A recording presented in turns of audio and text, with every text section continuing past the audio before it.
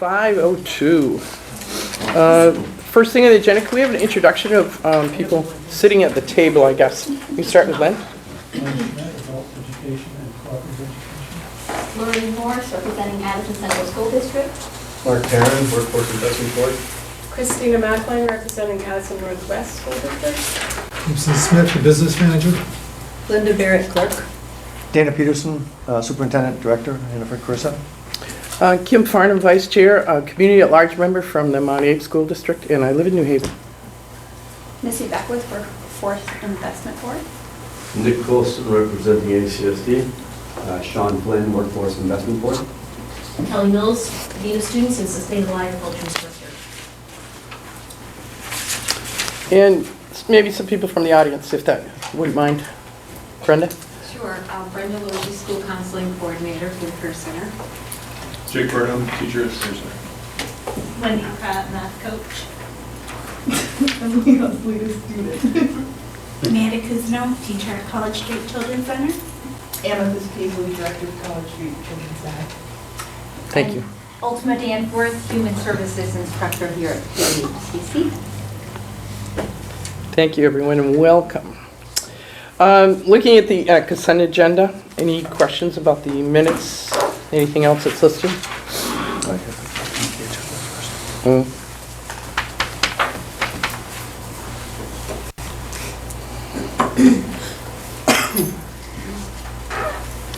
Any questions or concerns about the agenda this evening?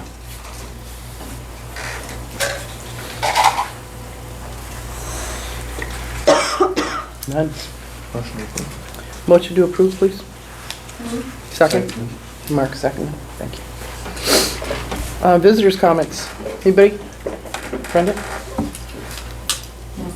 As you know, last month Cheryl Warner asked the board's intention regarding the superintendent's position, which currently expires at the end of the school year.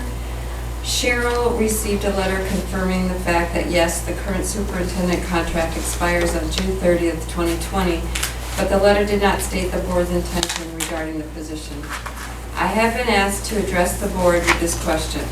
What is the board's intention regarding the superintendent's position? And I'll just also throw out, personally, as a school counselor, I'm just naturally sensitive to people, so I'm seeing that this unknown is creating uncertainty among the faculty and staff. Thank you. Thank you, Brenda. Any other visitors' comments? Correspondence, Amy? We just received a letter indicating that one of our staff wants to access the VF MLA provision of the contract, so we have noted that and we're making all of the plans and preparations to allow that to move forward. That's it. Vermont Family Medical Leave. Thank you. Act. I was going to ask that question. The letters. Anyway. Consent agenda. First, list the minutes. Any additions, corrections? Stands as is.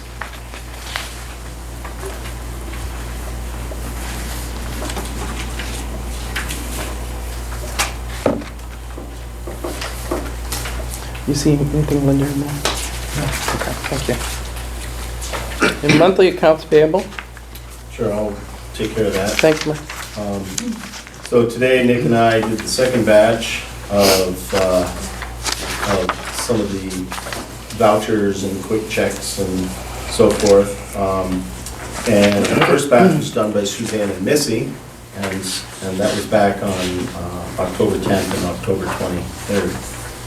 So the grand total for the general fund is $135,710.76. And that included vouchers and quick checks from October 10th, October 23rd, and November 13th. The revolving fund from November 13th, it was $5,830.39. There was nothing from building equipment reserve, nothing from the McClure grant. The Makery grant has 2 dates, October 23rd. Once again, Missy and Suzanne took care of that for $600, and today Nick and I took care of $84.24, for a total of $684.24. And there were two payrolls, October 11th and October 25th, the first one being $87,809.63, and the other one from October 25th, $88,549.58.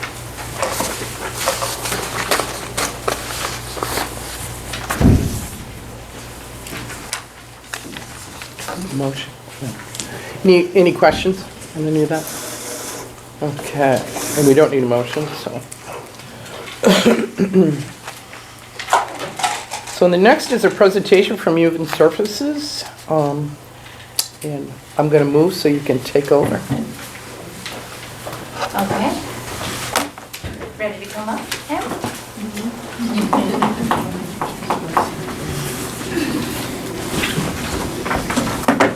So thank you all for being flexible and maybe shifting around a little bit.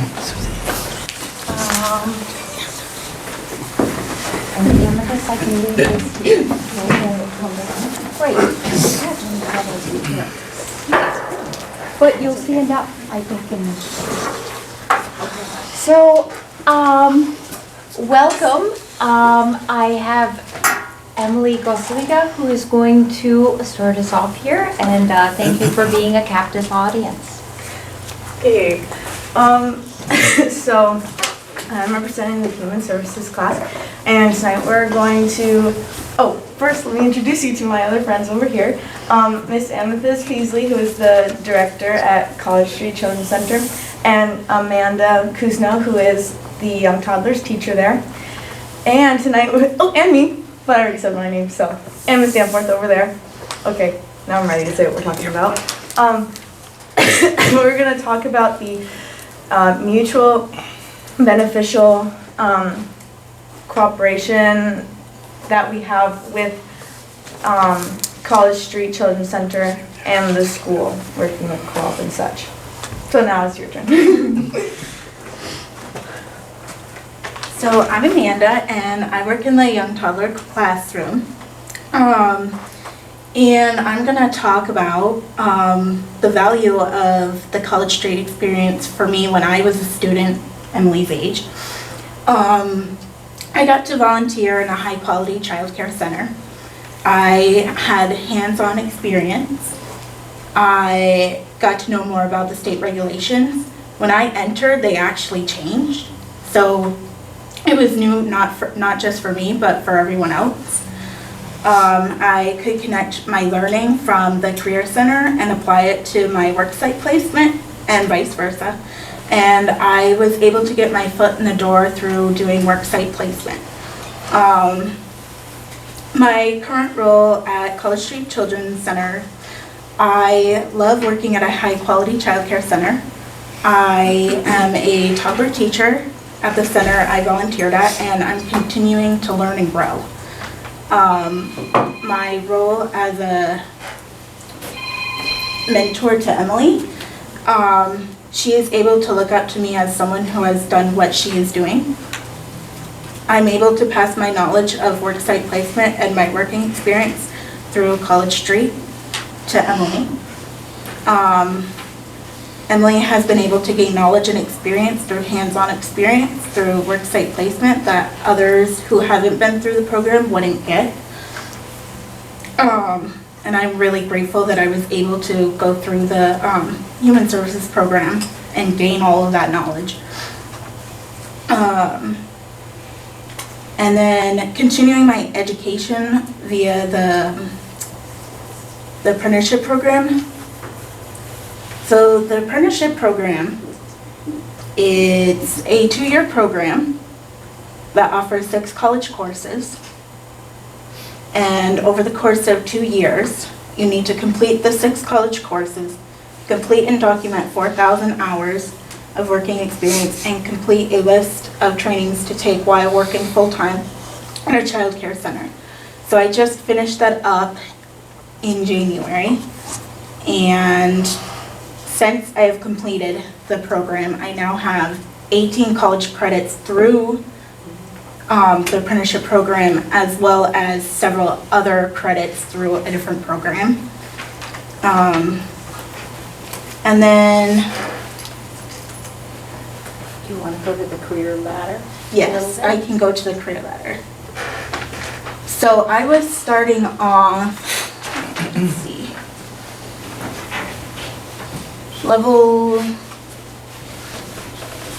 1, and because completing the apprenticeship program, I am now a level 3, which means I can apply for a bonus. They haven't done yet. And I also have more experience education, which then will help me get paid better. And I'll be able to help mentor people like Emily through human services. And then going through the human services program and doing this connecting with the human services program and, you know, working at College Street, I'm able to share my knowledge not only with Ulti, but with her students and other people from the community. I feel as though I'm a good mentor for young adults like Emily, as I have completed the human services program.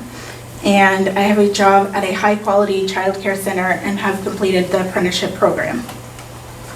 And now I will hand it over to Emily. And may I just interject that there was just an article in yesterday's Addison Independent celebrating the accomplishments of Amanda and some others who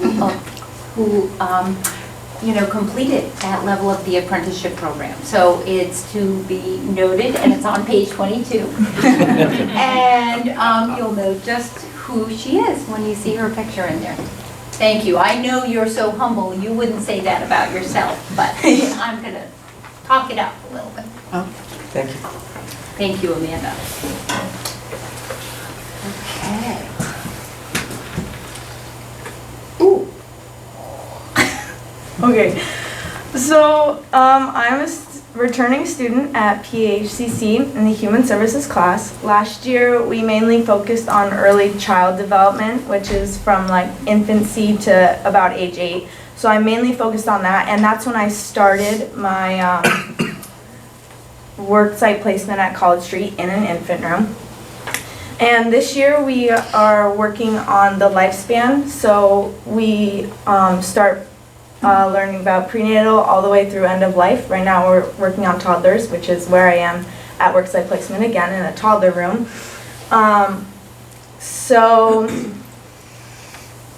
The fundamentals is the first class I took, and this gets my foot in the door for what I want to do as a child care provider, I guess you could say.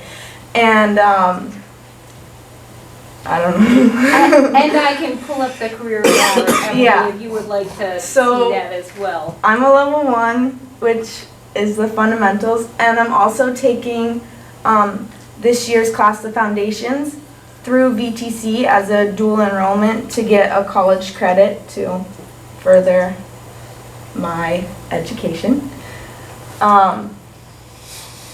So that's cool.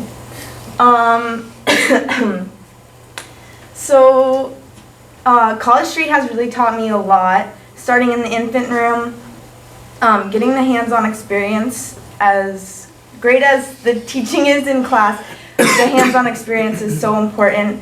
It really helps you put things together. Like a lot of things that I learned in class didn't really click until I was at College Street. So I find it really important, and I thank you for that opportunity.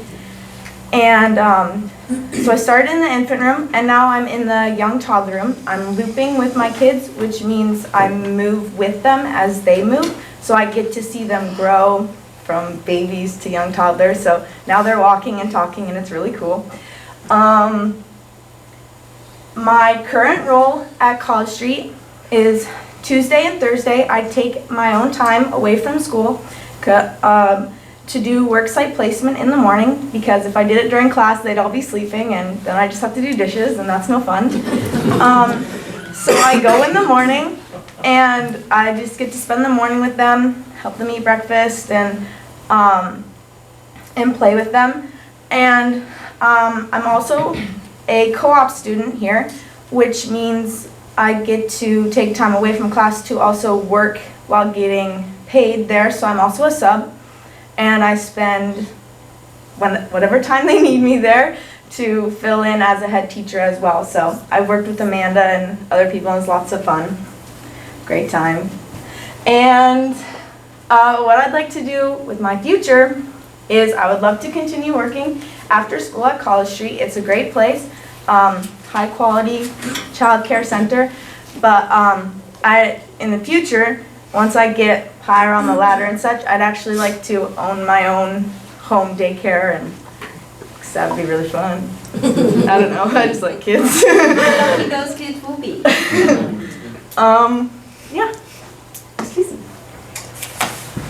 Thank you, Emily. And I really would love to highlight that Emily does take time out of her own schedule, so that, Tuesday and Thursday commitment, and she has perfect attendance. I don't think you've ever missed a day of school.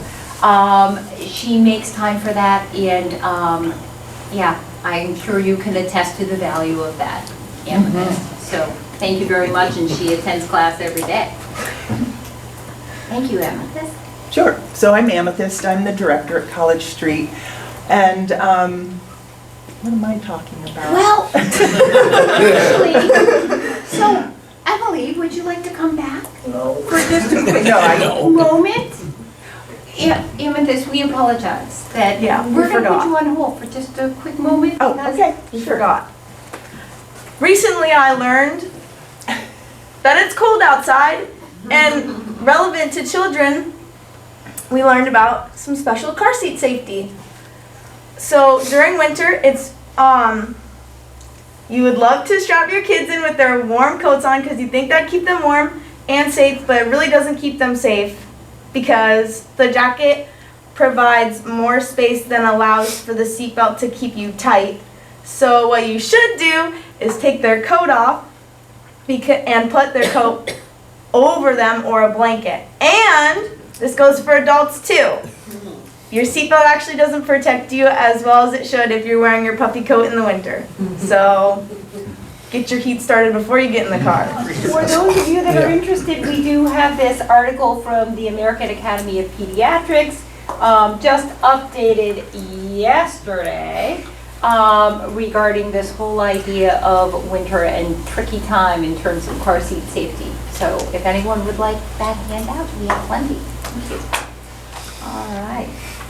Well, that's just one of the many wonderful things that I love about this program here at Hannaford Career Center. The students learn a lot of really current, relevant information.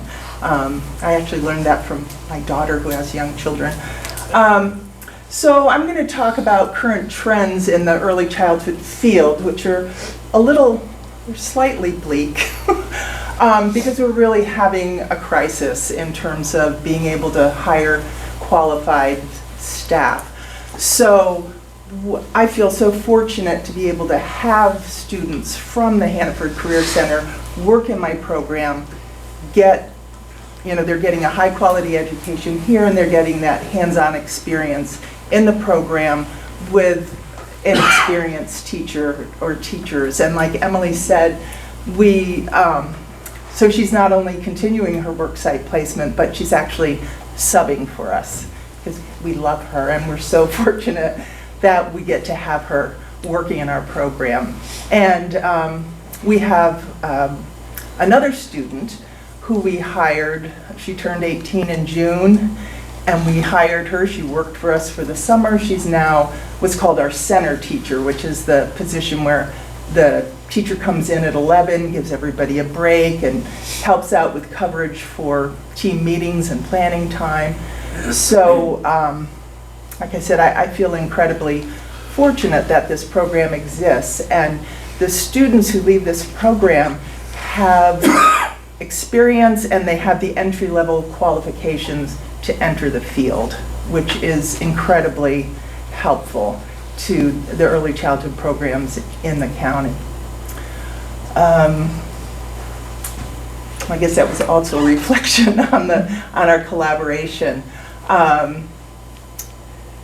yeah, having the fundamentals class, so that is the entry-level class. So anyone that's hired at a program and doesn't have a college course in child development takes the Northern Lights Fundamentals course. And years ago, so I'm also on the advisory board. There's a group of directors who are on an advisory board for ULTI. And a number of years ago, we suggested incorporating the fundamentals, and ULTI took our feedback, and it's a wonderful kind of a multi-layered course, not just in child development, but also in ethics and in working with families. Licensing regulations are part of that course. So students come out of that with a really well-rounded education for beginning, working at an early education center. And I think, as Emily pointed out, the experience is really critical, because you can come in, I mean, even college students sometimes, or people have a degree, can come in if they haven't had any hands-on experience. That can really make a huge difference. So they really get to know our program, and they they've really experienced those little challenges throughout the day and seen how to handle it by an experienced, knowledgeable teacher. So, thank you so much. Great, thank you so much.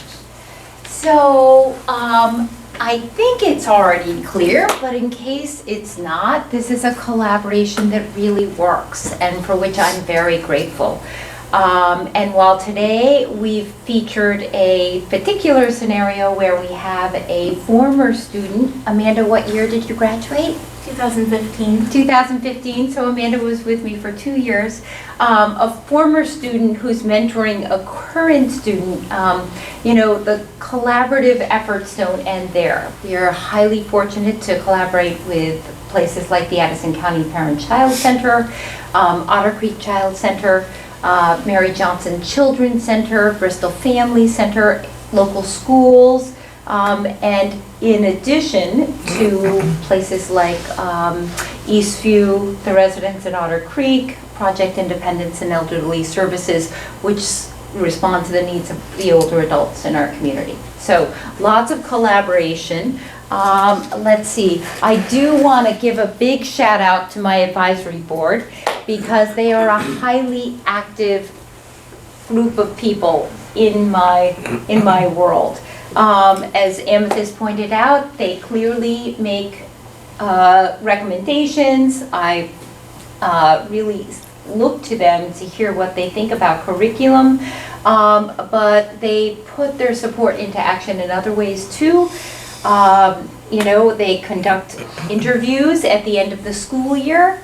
They, in an effort to prepare students for the real thing when they go out into the workforce, they come together as a professional panel. Emily, maybe you could speak to that just for a quick minute. I'm realizing we're getting close to our time here. Could you talk a little bit about last year's experience when the professional panel came? Yeah, so we had a professional panel which included Ms. Peasley and a few others from around, and they came and talked to us about all the big things about childcare, like everything we should know. They think the thing was, if you had an ad in the paper for a child, like for a new employee, what would you want them to come in being, what would you want them to have? And they just gave us a lot of really great information. It was really helpful.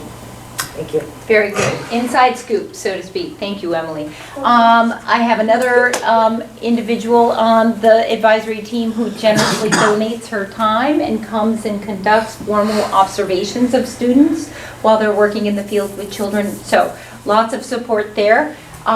You may or may not be aware of recent developments on a statewide level. The Child Development Division is currently seeking an initiative to implement a statewide curriculum in areas or state centers, career and technical centers which would allow students to earn their CDA or Child Development Associate credential while still in high school. So that requires a number of experience hours, 480 to be specific. So currently we're looking at, perhaps should we offer the program as both a half-day option and a full-day option, so that students could satisfy those experience hours. Final words. Yesterday, there was a great piece on BPR that speaks to current trends that are happening in the early childhood field, and really focused on the plight of early care providers who are expected to be highly educated, highly experienced, well-skilled, and yet the pay doesn't always match that, and often typically doesn't. And so there's a really informative piece that I would recommend from BPR Brave Little State yesterday. Beyond that, wondering if you all have any questions for us. Yes. How many students do you currently have in the program? 5 in the morning and 5 in the afternoon. And how many people do you have on your advisory regularly? 10 Wow. total. Awesome. Thank you. Yes. Over the years, I've heard a number of students express Emily's exuberance about possibly owning their own daycare center. And I'm curious if there's any data to know if people in fact get into a small business like that, and if there's a piece of the curriculum that actually helps them get some background into what it takes to start your own small business. That's a really good question. That is not something that is specifically focused on the business aspect. I will say that there is a licensing module that's part of the fundamentals, and when the licensor comes, that individual is speaking to both center-based and family home-based regulations, and so it's a 2-hour training. It doesn't allow a lot of time to go into great depth, but I think that's probably an area where we could spend a little time. So that's a great question. Thank you, Mark. I could add that, Yes. that the state of Vermont does have support and resources for people who want to become family child care providers or want to open centers. So that support is out there. I mean, somebody wouldn't go do that until they had a bit more experience in the field, and then the support is there to, there's the Community Foundation, or the Community Loan Foundation has resources for, keeping books, developing a handbook, all the support you could need in order to open a child care program. Thank you. Any other questions? Yeah, hopefully I get the number right, Act 166 is the child care, the pre-K piece. Universal Has that pre-K? affected any of the relationship between the centers and your students and being able to get any training? Only positively, I think, where, programs are able to bring that to their center and expose students to what that curriculum is for pre-K. There is a lot of recent legislative action with monies being devoted to, making childcare more affordable for families on the one hand, and there's a severe crisis in our state in terms of infant and toddler care. So there's some monies that are being devoted to that. The state is clearly aware that they need to invest in the workforce, so that's an area that they're focusing on. So There's currently forums all over the state regarding the pre-K and, what's focusing on what's working in different areas. And there's actually one here in Middlebury next Wednesday at the Congregational Church. Thank you. 5, I think. Any other questions from anybody? Thank you very, very much. That was excellent. Thank you.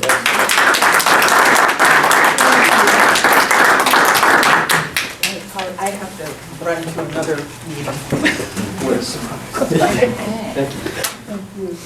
Thank you all.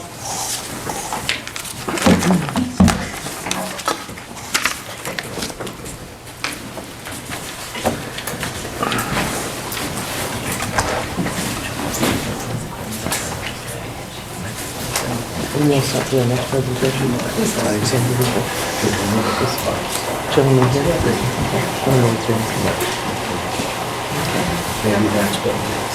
So we have another presentation scheduled. Mike, I don't know your last name, I apologize. Avi? Is that a good spot, or would you like to come up here? I have a thing, a PowerPoint, or we can skip it and just go less formal if you want. I'm getting right out of here, Mike. I will be, have the screen available to you in just a moment. Oh, I think the PowerPoint, I put all this work into it.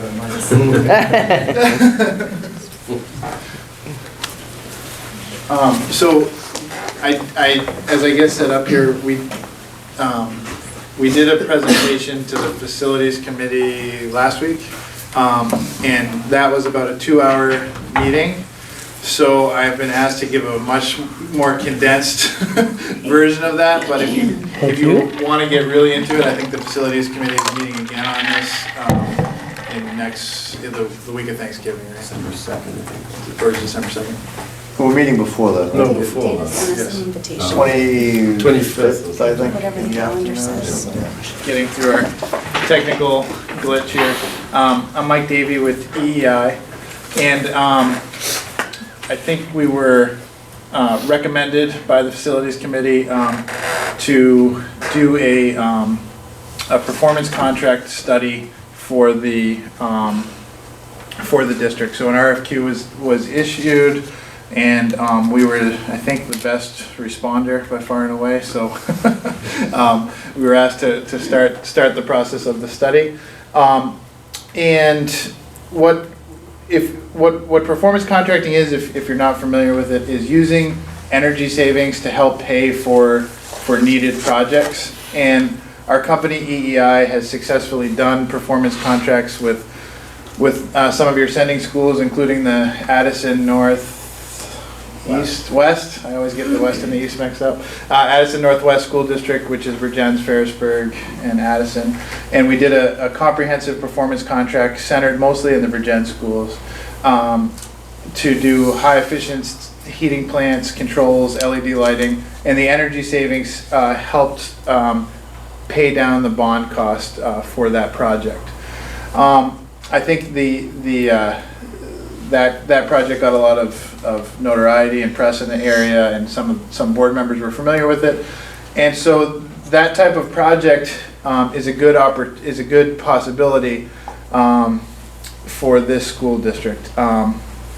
We've taken some preliminary tours, and a date that keeps appearing over and over is early 1970s, which is when all the air handlers in this building date from, as well as the ductwork, the electrical components, all of the main switchgear and transformers were from the 70s. They're made by a company called Federal Pacific that's been gone for decades, and their parts are no longer available. So although the structural bones of the school are very good, the HVAC electrical components are beyond what we call end of useful life. So ASHRAE, which is the society that makes recommendations for heating and ventilating equipment, says that for rooftop units, the expected life is about 30 years. Maybe you can stretch it to 35, which means you're 20 years beyond the expected useful life of the equipment here. So there's a pretty significant infrastructure issues with the electrical and HVAC program. Also, the ductwork is all plenum return. So there's a ducted supply, and then it's just an open return through the building, which isn't the best way to run ductwork from an air quality or a basically a noise level. So you have air kind of just moving unfiltered through your drop ceilings. And there's several parts of the school also that we noticed that this might be a good example of it, that the walls don't go all the way to deck, so the ceiling tiles pass over the walls, which these are called acoustic ceiling tiles, and they only work if there's a break between the rooms. So like right there is a good example of the ceiling tile kind of just passes over the wall and doesn't terminate against the wall. So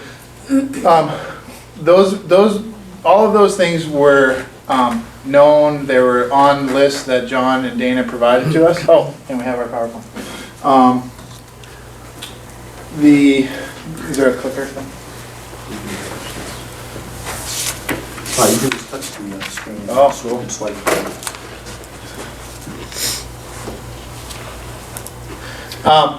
So walking through the school, what we found so far is that everything's been incredibly well maintained. On average, you're getting 20 years more life than was projected for a lot of your equipment. And some of your newer equipment, like the boilers, is 20 years old. So your new stuff isn't really that new. 45 plus infrastructure on much of the equipment. Our initial walkthrough revealed some concerns about fire safety and handicap accessibility. The two biggest ones that I noticed at a preliminary walkthrough are the doors. The doors are not fire rated, or it doesn't mean that they'd fail in a fire, but doors are required to have a fire rated stamp on them, especially main egress doors, and so those didn't appear to be fire rated. And the bathrooms didn't appear to meet ADA requirements. There's the men's bathroom I just used. I had to squeeze myself through the through the door. So you're required to. Maybe that says more about me than the door, but you're supposed to have a 36-inch door into the bathrooms, and then a turning radius for a wheelchair, which that was lacking. Dana had mentioned that there are noise. You're doing activities in these classrooms that's probably more noisy than a traditional high school classroom, and there are areas where there's noise complaints from one room to the other, and then air quality from the plenum duct. Many of the finishes are approaching end of life, so that's the drywall, the carpet, the flooring, the ceilings. Many of that is at end of useful life, and sometimes there's asbestos below. So the room that we're in, again, is a good example. There's asbestos below that floor, and that's why that carpet couldn't be replaced to match exactly. So there are those type of issues in the building. I got it. Okay. Ceiling tiles not going to deck was another area we talked about. And then this was just a note. The millwork, again, I would say that 70s era millwork. The cabinets are older as well. Next slide. Some areas outside the building that we noticed, the pavement is in fairly poor shape. And then the greenhouse, you can see there's the masonry on the greenhouse is not in great shape. And the panels themselves also looked to be approaching the end of the life. Next. The exterior soffit, I would say just maybe looks a little dated, that's an opinion. And then the soffit around the wood soffit around the back of the building is showing signs of wear and tear. That's good. Next slide. This is just a picture of the kitchen grease interceptor, which is also original to the building, and it's below the kitchen floor. Ideally, those things are outside the building. The current code wants those outside, so you don't have to rip up the floor when there's a problem. So that's something that was worth potential investigation for replacement. Next slide. Electrical gear I talked about. This is some of your electrical panels that are mounted to the equipment from the 1970s. The building was at one time electric heat, so everything is way oversized as well. One more slide. The controls have a lot of, there's pneumatic controls in a lot of the areas, which again is 1970s HVAC controls. There's failed mechanical equipment in some areas, and a lot of the mechanical units are sort of trapped in penthouses. So at a certain point, I think in the 1980s, a company came in and put in a metal roof over a flat roof. And I think they did that because of leaking and snow loading on that flat roof. What that did is it kind of trapped all the air handlers inside that space. That's a little difficult to service and will be a little bit of a challenge to get them out of there, which is probably why they're still there and plan to return. So we spent a lot more time going through this in detail at the facilities level. From a broad perspective, our sort of baseline analysis that we do is geared toward HVAC, electrical, lighting, and controls, and the energy savings associated with that. Because, for example, one of the things that we would recommend is replacing the plenum duct with a ducted return and replacing the rooftop units. If you were to do that, it would probably be the logical time to fix the acoustical concerns between the rooms, fix the fire rating issues, and so there's sort of two schools of thought, and this is the direction that we need the board. One would be just to stick to the energy related items, which is lighting, controls, insulation, and HVAC. The other would be to make the study a little bit broader and to do an educational assessment of the spaces, and also do a full ADA review. So our proposal, there's no cost associated for the mechanical, electrical, energy project proposal to do that study. If the board wants to know what it would cost to make the bathrooms ADA compliant and have an educational analysis done on your current spaces, I estimated that would cost between $10,000 and $20,000, depending on how in-depth the educational component might be. So for example, if we met with the curriculum coordinators or whatever that title is from the different spaces, and they said, our space is great, it would just be nice to have brighter lights, then we don't really need to spend a lot of money researching that. If we looked at the greenhouse and said, boy, this is at end of life, it should be replaced, but then we find out that program is underutilized or overutilized, or they'd like it to be on the other side of the building, that's where we'd want to have an architect sort of involved in the process. So we brought that up to the facilities committee and said, if you want to just kind of go down the path we're on with just focusing on the energy things, there's no additional cost. We'll just keep marching forward with the goal of having a report to the full board in December. If you want to have an architect meet with the superintendent and curriculum coordinators, I would request an allowance from the board to spend the architectural fees associated with it. So any questions? I'm trying to keep this brief because I know you have a full agenda. Question? Does every bathroom in the building have to be ADA compliant? I mean, are we in trouble because we are not? Not everyone does. When you are required to have a specific number of ADA compliant bathrooms per area. I can't say for sure that if there's an issue or not. It appears that there's an issue. There's also a requirement that if you are not fully ADA compliant, and you do a major renovation project, at least I believe is 25% of the funds have to be expended toward ADA improvements. And the general rule of thumb on bathrooms or anything like that is you just can't be asking anyone who has a disability to do anything more than you would ask of a student who's ambulatory. So the reality is, yeah, if we're asking someone to wheelchair or cane a little bit further than anyone else, then we're not in compliance. That's the basic gist. Right. So if we spend this $10,000 or $20,000, and we find out all of the stuff needs to be done,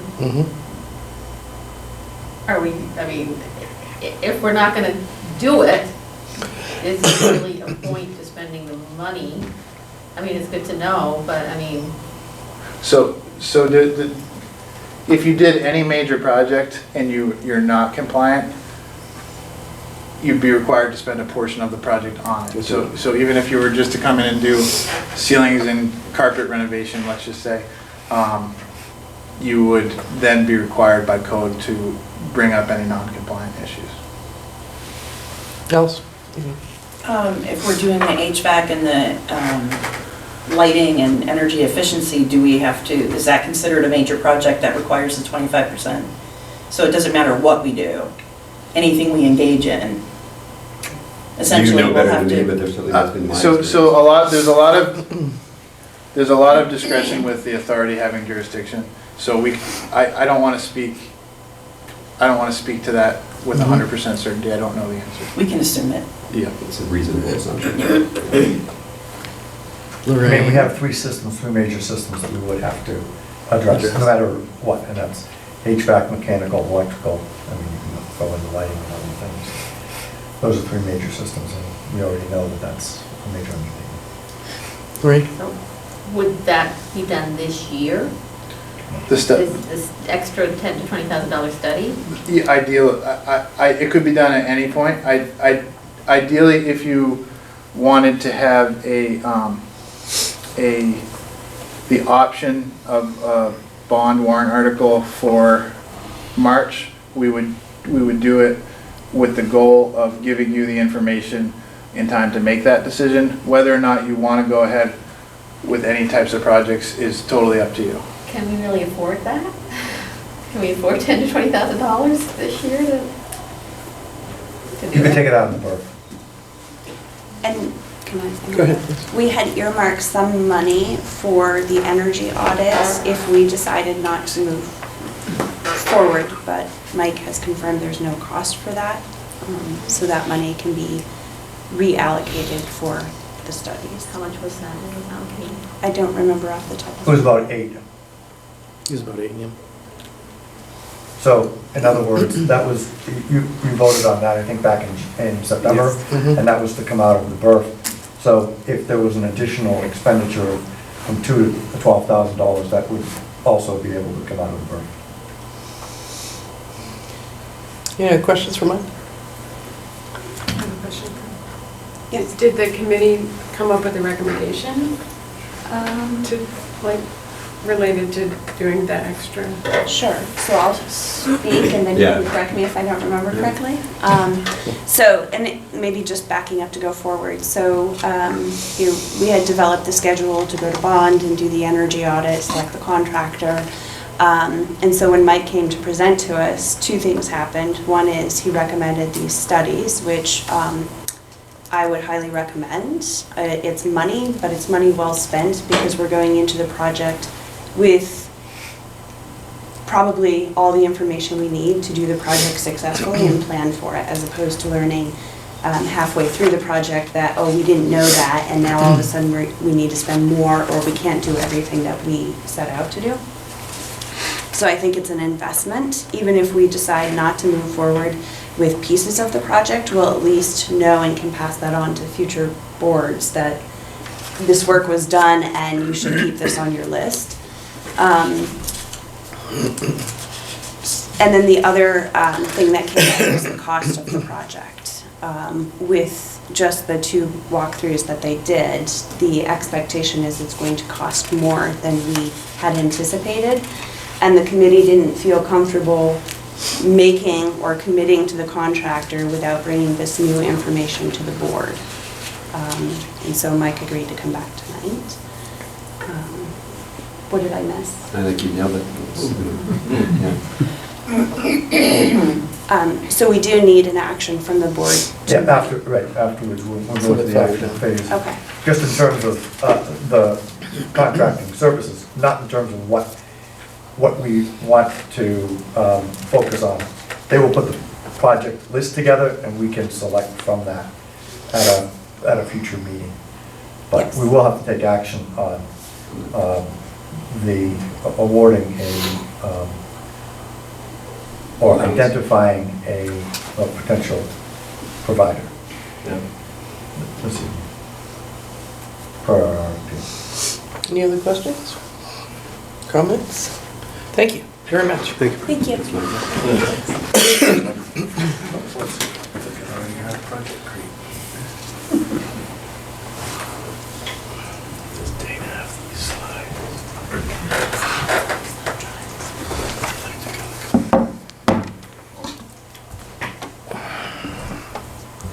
Dan, I don't know if I'm allowed to speak. Sure. Nick was just asking if the slides would be available. The PowerPoint presentation. I can send them out because I have them on here. That's a very. Sure, yep. Thanks, man. Thank you. Thanks, man.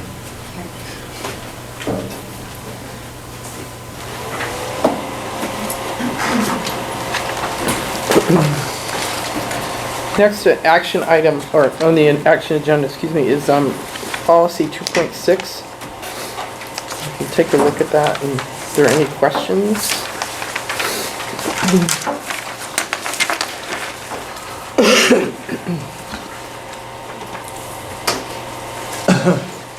For everyone's reference, the certificate of coverage is attached to the back of the policy, and it references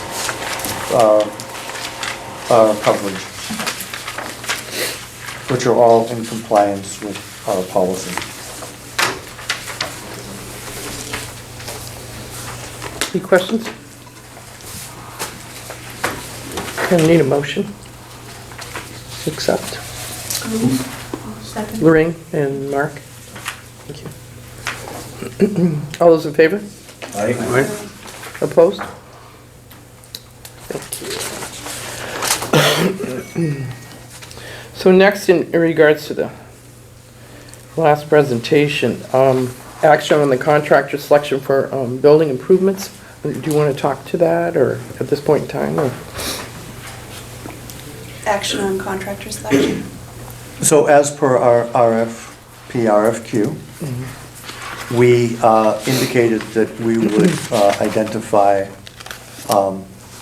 someone by November 15th, which is Friday, to proceed with the process of coming up with a list and giving us a menu of options to select from. So EEI was our most qualified bidder. They were also the only bidder, I believe, that participated in the process. They were very thorough in what they provided us in terms of their responses to the RFQ. The Facilities Committee did a thorough review on a Friday. This was a couple of weeks ago. I can't remember, maybe the 18th of October, where we went through, asked them for additional questions they provided to us. We reviewed those at the last Facilities Committee, and Mike came and answered a variety of questions for us. So I think I won't speak for the committee, but I think it's the recommendation of the committee that we would appoint EEI to continue to move forward with this work for us. So that would be the motion. That's your recommendation. That's, Do you want to add anything to this conversation? I just have a question to make sure that we're covering it. Does that include the acceptance of the fact that we'll allow for that 10 to 20,000 from the No. for the additional ask? That would have to be a separate. Okay, Right. just checking. Yeah. Okay. That was not put on here. Right, wasn't on the, yeah, no, it is. But if that's what's come up, then there need to be a motion to do that. But let's take this one step at a time. and so I just want to put it in terms that I understand, if that's okay. Sure. So the request of the committee is for the board to approve moving forward with EEI to conduct the energy audit. And if the decision of the board is to follow through on pieces or all of the energy audit, that it would be EEI as the general contractor. And that's the way that the RFPQ was put out. Would you like to make that a motion? Yes. I'll second it. You all set with that one, Verity? She's good. The most important thing, she's good. All right. Everybody in favor? All right. That was the motion, and we have it seconded. Discussion? Yeah, Go ahead, So Maureen. we're not approving that additional money, we're just approving that if we Correct. did decide that they would do it. Correct. There has to be a separate motion. Right. Okay. And can Can we I- actually make that motion tonight, since that's not an action item, to add that money? Dana? Go ahead. Can I clarify that the action that we're taking right now is just to select EEI to do the work for us in terms of the energy audit that was originally requested. If we can get that motion taken care of, then we can go on to something else. We didn't know that there was going to be a request, so it wasn't on the It's not on the agenda. but someone could move for that to happen, I believe, without it being out of order.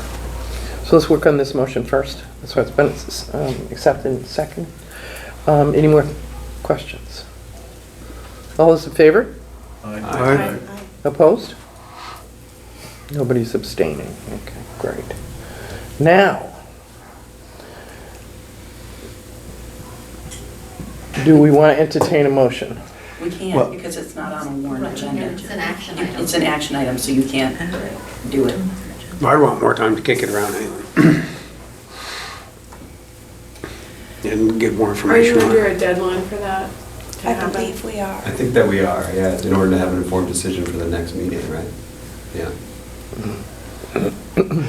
So what you did do was you approved the Facilities Committee to expend funds out of the BRF back in January for work that would need to be conducted out of the BRF.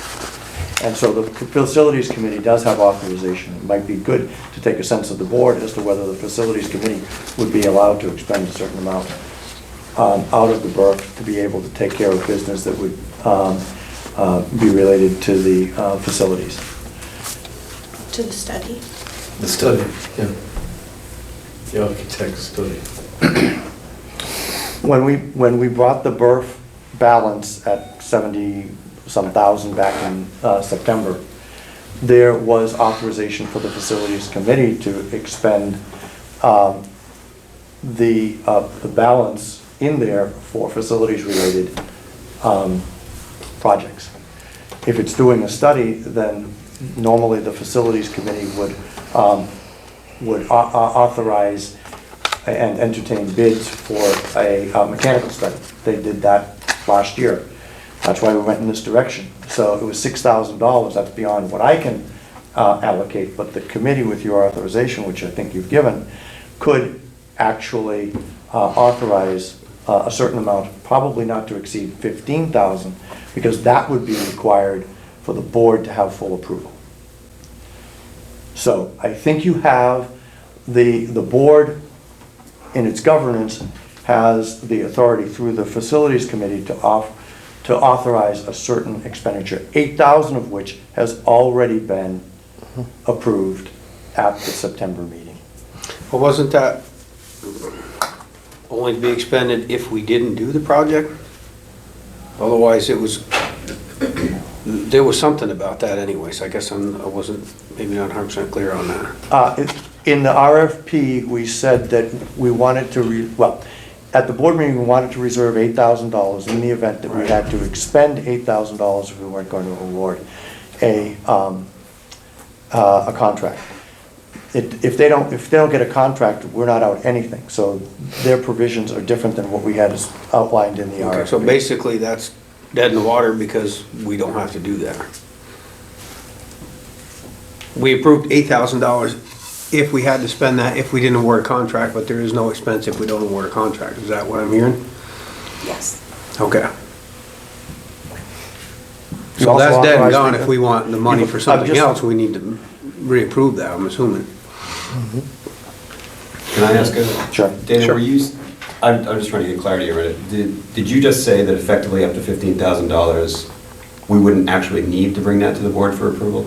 That's my Is that what understanding. I just want to make sure we're all hearing it the same way. The reason that the 8,000 was in there was because that was part of the RFP, and you had to approve the RFP.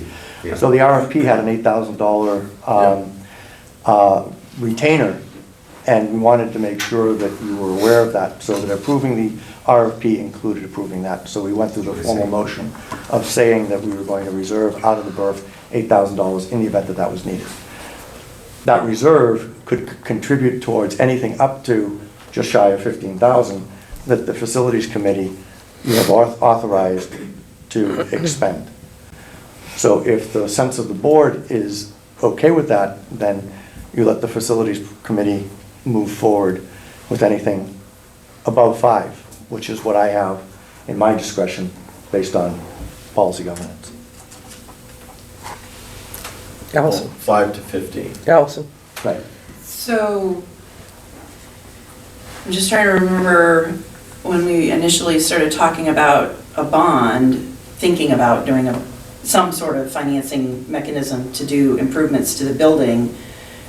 How much improvement were we talking? I thought we were in the range of around like $2 million or something like that, for mainly electrical and HVAC and the three things we're already talking about. Whereas this additional up to $20,000 is talking about classrooms and a lot of other stuff. And I have no problem with the 25% budget for the ADA. So I don't know that authorizing another $20,000 for somebody to do an overwhelming, large study when we're possibly not thinking of going in that direction anyway for the academic piece. I could be wrong, I don't know. Okay. I think you're right. When we, as the facilities committee, put the list together, it was partly informed from, well, it was informed from what John Curler knows about the systems. And he's been speaking to the needs here for a long time. And that's how we began this process, because when we put the full list together, we realized that, wow, this is more than we can pull from the BRF. We need to look longer term.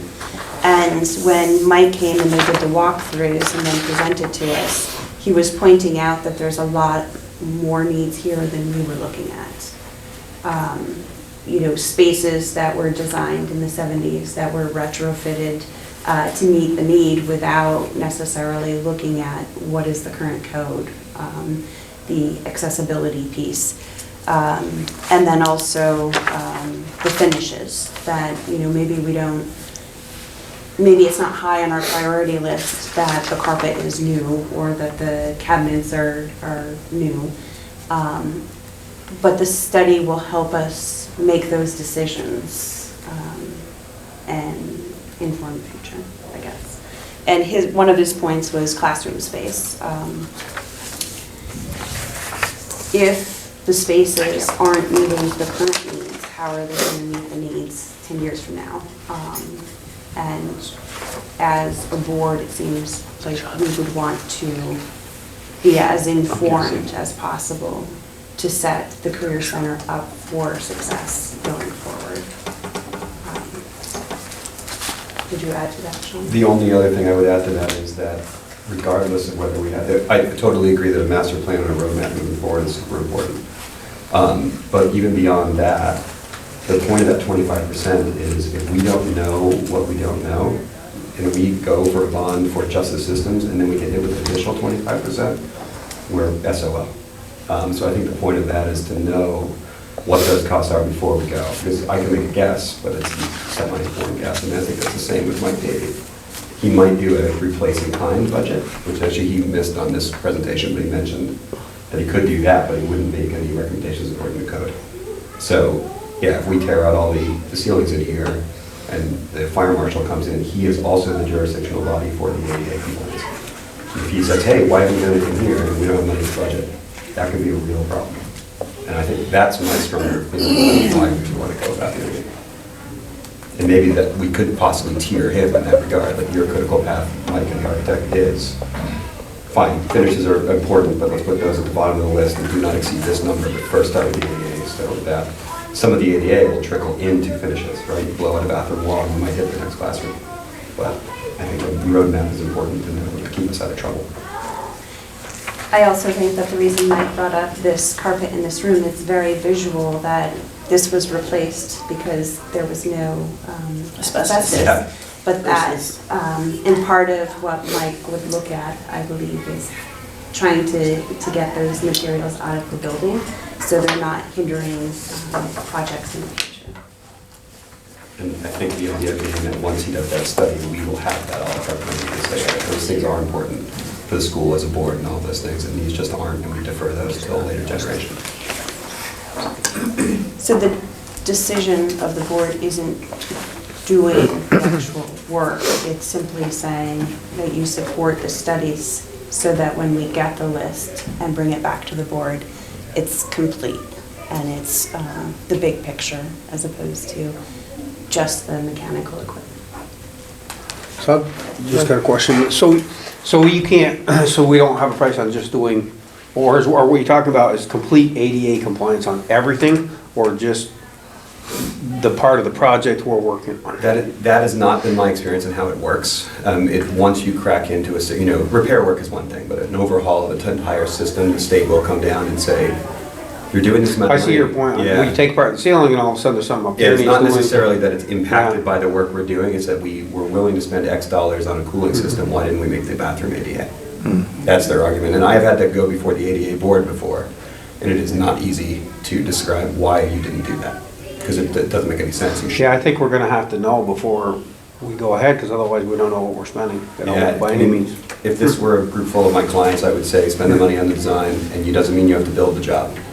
But you do need to know what it's going to cost, so I can tell you what, it's a part of the job. One of the things that's coming to mind for me is penny wise and pound foolish. We're going to go move forward, and we're looking at whether we do A, B, C, D. If we don't have this study done, A and B could be compromised even. Right, because we have to undo on D. And we don't even know that. So it's, and he gave a range of 10 to 20,000. I'm still a little unclear. We've already hired them for 8, which the full board has approved already. It was a contingency. We haven't really hired them. We haven't hired him yet. Well, I thought we just did that last month. Right. You just did. Yeah, but it didn't cost us 8. But the board has approved 8,000 to whatever the 10, 20,000 is. Mm-hmm. And that means the facility committee has another 15 that they're able to use. Up to. Yes. Up to 15. So if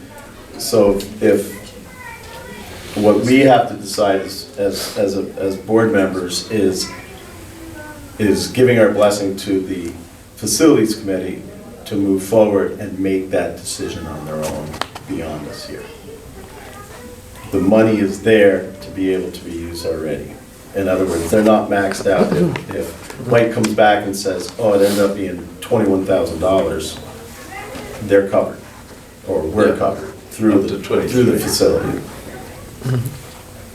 And arguably, I think it would be a little bit, the onus is on us a little bit to wrangle that in. I mean, we don't have to say 20, we can say, listen, we only have an appetite for 15, keep it light on the finishes. Don't go too deep into that unless it's clearly impacted by a bathroom wall moving or whatever that might be. And do you want to do the whole, just do ADA compliant on what we're doing? Or do you want him to do the study on the whole thing? There's a chance. Because this is our project now. I mean, it's nice to know, though, about the rest of it as well, but. I got the impression the 10 to 20 was the whole. Was the whole thing, the overarching. okay. That's what he told me. I mean, that can't be a set of drawings, right? That's a schematic study from an architect giving a basic feel. I'm kind of curious, though, like, yeah, what would it cost just to do the project we're doing now? Because if these other projects we don't do for 10 years, the laws change in 10 years. We're not compliant anymore, no matter, like, the whole study might change. That's what But yeah, I guess he probably has to just do the whole thing, but.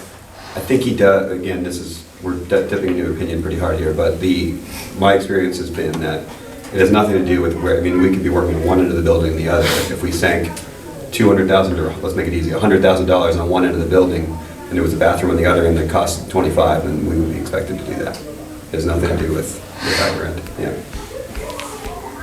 And one of the other things that, correct me if I'm wrong, that the facility committee is trying to do is to project, get a capital project budget out there enough into the future, and this will help also do that as well.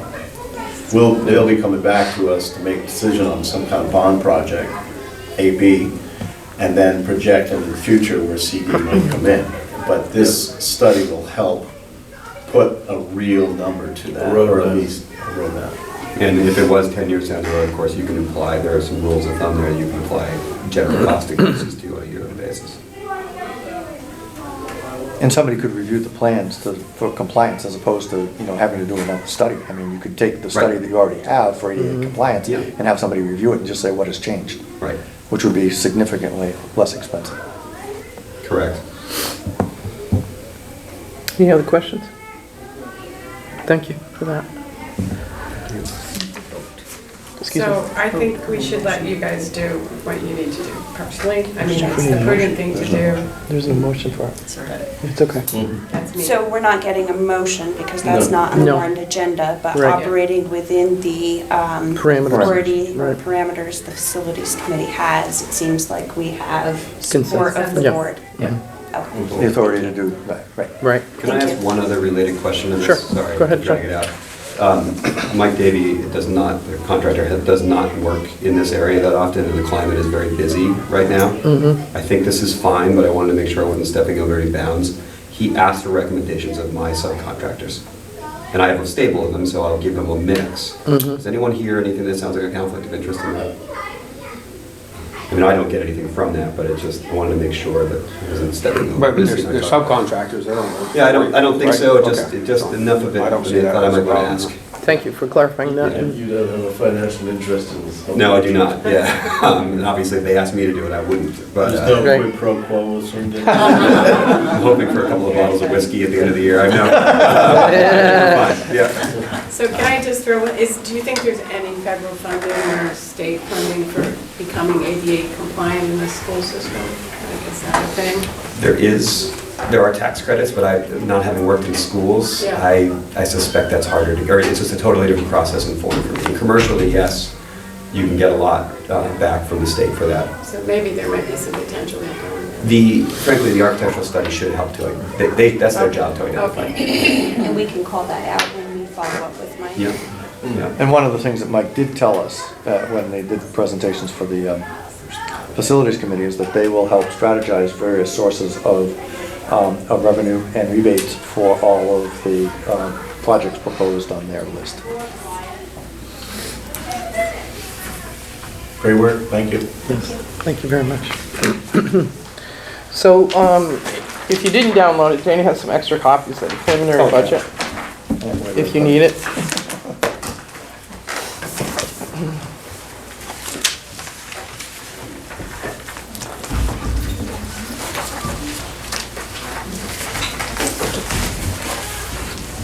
Who needs a copy? Anybody else? There's a couple. Oh, yeah, my friend. Any month. I get to run off all the other stuff for the kids. No paper left in it, The work one's not. I finally get a wireless one. I love it. You sit in the other room. Yeah, except mine's so dang slow, I gotta go back 15 minutes later, Yeah, pick yeah. up the piece of paper and put it on the floor. It's a little slow here. Or you 3 days later, I will even add that. Yeah. Should be in the, sometimes in the packet. You sent it as a separate email. Oh, I did see that, now. Yeah.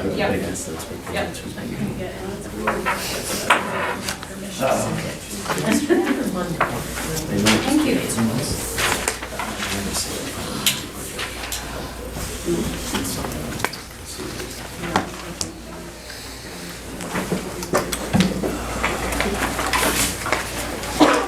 Okay. So, As we mentioned in a previous meeting, I think it was the October meeting, but there were certain areas that we needed to target. So what we've done so far is we've interviewed all of the program instructors and gotten their requests for the budget. And we still have some follow-up to do, but they are included in here. And they're aggregated in the instructional programs just after the break. Up at the top, we have salaries, benefits, and so on and so forth. And those we have not moved into. We'll be talking about that with the Budget and Policy Committee next week. But all we did was keep those level for the time being, because there are a lot of unknowns that would need to go into placing numbers in those slots. So Gibson is still working on what will go into that. There are things that will cause it to go up and a little bit to cause it to go down. But what we have done is included all of those areas that I identified in my board report from last month. And those are highlighted in yellow over on the right side of your page. So includes construction technology, actual costs for health reimbursement, increases in the contingency fund under the Board of Ed, $25,000 transfer to the BRF, and the support for e-finance and the Unified Chart of Accounts transition. And so we put those in the respective departments. So if you look at everything up on the top, there will be no change, but that's still pending. We will have much more detailed information for you at the December meeting. But what I do want to call to your attention are those areas in yellow. You can see that health reimbursement expenses at $72,000, those represent actual costs that we've calculated over a full year in terms of what gets paid out. And we have paid that out of two areas: one, the general fund, and two, the health reserve account to help take care of those costs and not impact the budget. But those funds will need to be planned for, and that was a recommendation area that the auditors have asked us to plan for and build into the budget for cash flow purposes. The increase of $41,000 in instructional programs is due to a variety of things, but it includes the adoption of a budget for the construction technology program and fully funding that. That has been partially funded in a variety of ways this year, including a grant from Perkins. And so we're making sure that we keep track of that in the event that we can't include that much in the Perkins plan for this year, and that won't be submitted until later in the spring. And Perkins is under new authorization, and we have to meet a variety of criteria before we can file that plan on a 2-year cycle. So that's brand new. So that's why it's been included here. If you go down to the Board of Ed, once again, the auditors recommended that we increase the contingency fund to a full $25,000. It's only at $4,000, hence the change of $21,000 on Board of Ed expenses. If you go down to operation and maintenance, main campus, we have an increase of $29,000. 25 of that is to include a transfer to the BRF, and the others, disposal services, repairs, and a few other things that have amounted to about $4,000. Let's see. And then there's a $25,000 increase in the business office for support for e-finance and unified chart of accounts transition.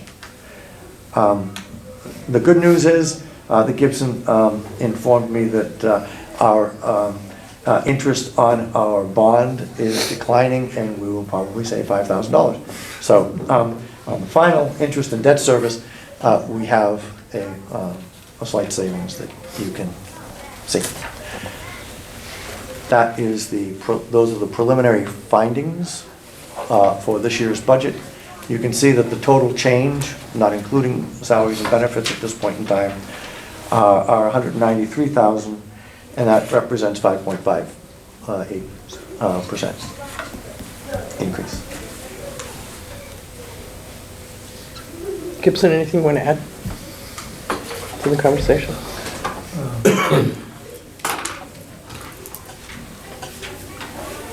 Well, yeah, I guess, just to talk about the IE finance transition, so that's about 2 years out from now. We need to start planning that, starting next fiscal year. And so I think what I was looking at is, in order to assist with that transition, looking for about half a FTE of additional manpower, because we're, right now, between an assistant and myself, we're very much at capacity. So I think in order for us to make that transition, I'm looking at about an additional FTE to assist to make that transition. So that's where that number comes from, Okay. at 25,000. Is that anticipating maybe a collaborative effort with across the street, or any thoughts on that? Well,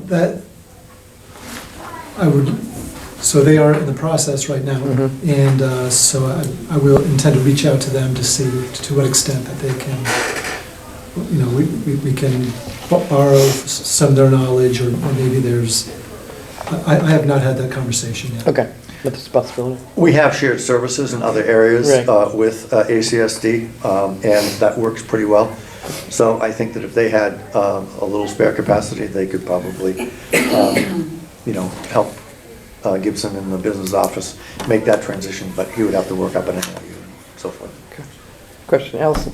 How do our numbers of equalized pupils look? Are we going up or going down? Staying about the same? As I reported, I think last month, we had 150 FTEs, which is the first time in about 5 years that we've actually hit that number. We have over 100 more students that we're serving this year than we did last year, and so that's remarkable. And I credit the collaboration with our sending school partners and working on our coordinated schedule that has helped to make that happen. And so it's very encouraging. However, our sixth semester FTE average is not where it could be, because we lost 150 FTEs 2 cycles ago, and we're still carrying 111 FTEs, which is the nadir of our, lowest point of our FTE cycle in the last 10 years.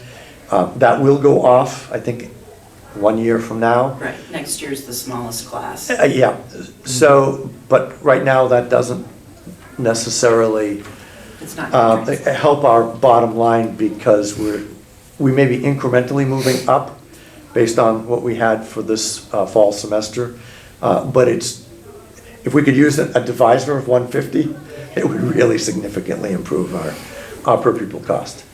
But remember, we get paid on a 6th semester trailing average, so we're getting money this year, not for a single student that's actually in the center, it's for the previous 3 years.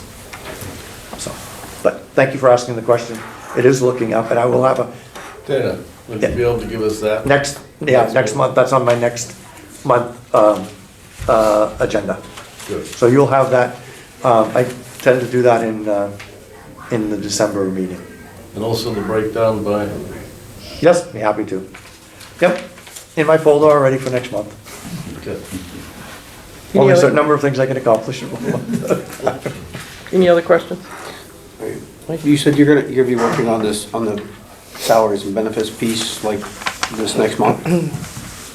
Yeah, yes, we will. Okay. We have actually started, but to project anything in here without talking first with the Budget and Policy Committee would have been way too premature. and there are things that are unknowns, and we need to be able to. That's what we're negotiating now, where we will be. Right, and that's We also. still don't really know the health insurance piece, is that correct? That's correct, and Okay. we should have that before the end of the month, or at least what the best guess is. Okay. And that will be instrumental in helping us to plan moving forward.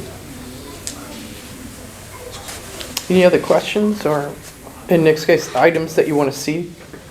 So could you remind us again, the health reimbursement expense, what did we put into that? The first year we put in 50, 50. yes, and the second year we put in 53. So the rest of that was borne by the general fund. Okay, but it's all actual costs? The That is an proposed actual budget. cost. We did a calculation over two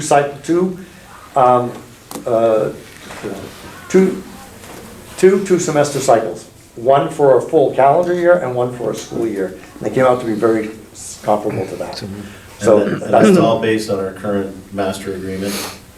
that's based on the exposure. The current master agreement plus what has been accessed. So some people may have accessed very little of beyond the 800 or the 400 of the HRA, but others may have used almost all of that. So in the past, it was our best guess. It was our best guess that So we have- underestimated. We have 4 semesters now that we're able to. We have, I think we do, yeah, we will by the end of December. Okay. And we're using 3 semesters with a 2-semester rolling average to make those calculations. Okay, thank you. You're welcome. Maybe a silly question, but where in the adopted 2019-2020 budget is the health reimbursement showing up? It's not. Because, as you remember, we did 2 special articles with the voters. One my first year here and one last year. The first year it was for 50,000. The second year it was for 53,000. So that was pulled off of the reserve, or the surplus from the prior year's general fund final balance. Okay, so we used that to pay for it. Last year I did bring a proposal, but we were encouraged to look at it again from the reserve, so that's what we did. But last year we were only able to reserve 53, even though we knew that the amount was going to be higher. But given what the auditors provided for us as late information on the report, the most that we felt comfortable with was 53,000. So that's why there's nothing there for the previous years. It was not built into the budget. The auditor said that it should be built into the budget rather than being something that you're constantly using to fund in arrears. Anything else? Okay, moving on to facilities report, which some of it's already been talked about, but I want to go through that. So, it's just, everybody has that.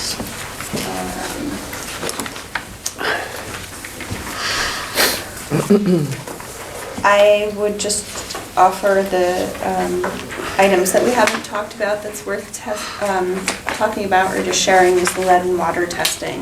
We've talked a number of times about that happening, and it's scheduled for the week of December 3rd. I think everything else is an update or we talked about with EEI. There is some positive news that Gibson gave to me. We qualified for a larger grant from Visbit than the 7,500, so we're actually going to be fully reimbursed. So the BRF will not take a hit, but we'll talk about that at the next facilities committee meeting. So yeah, I was very happy. I did a jig when Gibson told me that we had more money coming from Visbit. Nice. Does anybody have any questions? Great. Thank you. Community engagement report. We met last week with Sue. I'm going to look at just our agenda that we had at the time, and kind of sat down first time with her and reviewed not only the timeline and the next step in regards to putting together a steering committee recruitment and how we would do that and what it's going to look like, the numbers wise and so on. And then set up a communication protocol in regards to what the actual committee is going to do in identifying key people, and who's going to do that. And then there was a kind of a look at, how many students, how many board members, and so on that we're going to do. And we have some tentative people that we can pick. And Dana and Wendy and Jake identified some students on a list that are going to be in contact and see what type of commitment they have. And then we talked about some initiatives to try and get the students to commit to that process, and some samples that Sue had about what would work in recruiting them and getting to commit to what we're doing. The next meeting we have is December 4th, and we hope at that point to be able to have pretty much the core group that we're going to use. Wendy's here. I don't know, or if you'd like to speak, if there's anything I'm missing. I've got the meeting minutes in front of me, so we identified talking points in our recruitment process, and we whittled it down to 4 students, 2 parents, 2 staff, 2 community members, and 2 community partners. And then when we put together a spreadsheet that we're trying to populate with names and then start the recruiting process. So if any of you know of anybody, I guess I'll just throw that out there. Or Right. I think we're pretty good on internal people, but we could use some suggestions for, and you can just give them to your board members and they can look at. And the idea is going to be 4 2-hour meetings beginning sometime in January, probably through February. Hoping to have it largely facilitated by the students, this kind of process that we're going to do to identify a mission and a vision. The other thing that it gives us the opportunity to do is to share what's going on in some of the other districts in regards to community engagement, pluses and minuses and so on, and we get to share that. And Sue's working over at the Mount Abe district and has done some work in the past with Virgin. So that type of consistency, I think, is also really helpful, because she gives some good historical information about what works, what doesn't, and so on. But if you have any questions about any of that process, we're moving along. The next group of reports that were sent out involve Dana's report and Kelly's and Lynn's. And if you have any questions regarding those, just to save a little bit on time, you feel free to ask them now. I'm not going to ask them to kind of go through line by line, really isn't probably necessary. But Lynn, the only question I have for you was the LNA program. How many advisors are in? Where do they kind of come from that work with that program? We typically invite all of the local healthcare providers, so the residents, Eastview, Home Porter, Addison Home Health. And we also have invitees from VTC nursing program and current and former students, and then the daytime program instructor. So that's kind of the core. Is that full right now, that program? We send out invites to all those, and we get who we get. We've got 10 folks this time. Sometimes I think we've had as few as 6 and as many as 12 or 14. Certainly would welcome more input if there's other folks that we should add to our invitee list. We'd have to do. I was just interested in what the core group was. Thank you. I was a little disappointed this time we didn't have anyone from VTC. I know that the woman who used to come from VTC has kind of changed her role there, may not be as available, because I think they're a good partner to have at the table. Any other questions? Nick? Len, yes. What's happening with VT Youth Works? It sounds like some challenges. Yeah, we had a kind of a crash and burn with an individual in the cohort this fall that had repercussions, and it kind of drew attention to some kind of support pieces that maybe we needed to spend more time on before we enrolled another cohort. So our initial conversation with the non-adult learning was, let's take a semester or cohort off and the group that we would ordinarily recruit in January, and develop some of our processes around our recruiting and admissions process, because we could have avoided a headache last fall if we had a more inclusive and communicative admissions process. And so that's where things are right now. We are scheduling meetings with Department of Labor and Department of Health to sort of get their feedback on what would make a better program from their perspective. Thank you. Anybody else have a question? I have a comment on everything. No, I'm not supposed to go over my report, but I did want to make a recognition. Eiley Obi, who I mentioned in my last month's report, presented last Friday at the Vermont School Boards Association and the Vermont Superintendents Association. And I want to recognize both Jake Burnham and Wendy Pratt, who worked with Eiley as they prepared for that. And I believe Eiley did some virtual reality presentation work. And so I would just like to extend my sincere congratulations to Eiley for doing a fantastic job in front of a packed audience of school board members and superintendents. And I want to recognize the work that Jake and Wendy put in to help Eiley get prepared. And when the coordinator of the event asked her how she was feeling, she said, "I'm ready."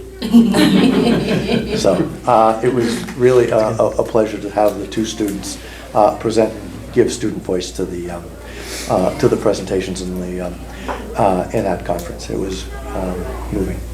Thank you, Jake. Thank you, Wendy. Jake and Wendy also work with us on the Community Engagement Committee, and really are very instrumental in keeping us not only on track, but also as we've gone around to the different district schools and done our presentation, they've joined us. So that, and with all Jake's enthusiasm, there's other districts that want to hire him, of course, immediately, but we're not going to let him go. But anyway, thank you. Thank you for that. Little info that got sent around with the camera present to save the date with the Chamber of Commerce mixer that's scheduled for the 21st, on Thursday in November, from 5:30 to 7 at this campus. But anyway, just if you haven't seen that, make sure you take a look at that. And since we are a member, all board members are invited to attend. So. It also gives us an opportunity to recruit people for advisories and so on, so, and for our community engagement. So if you can attend, that would be great. Comment section about how we're doing or not. Mark? I'll do it. A lot of information today, some complex information. Everybody did a great job of checking with the board here to make sure that it stays ready to speak. So well done with that. Timing was good. Everybody's presentations were pretty spot on. So I like to have a meeting run the way it was today. It's well done, everyone.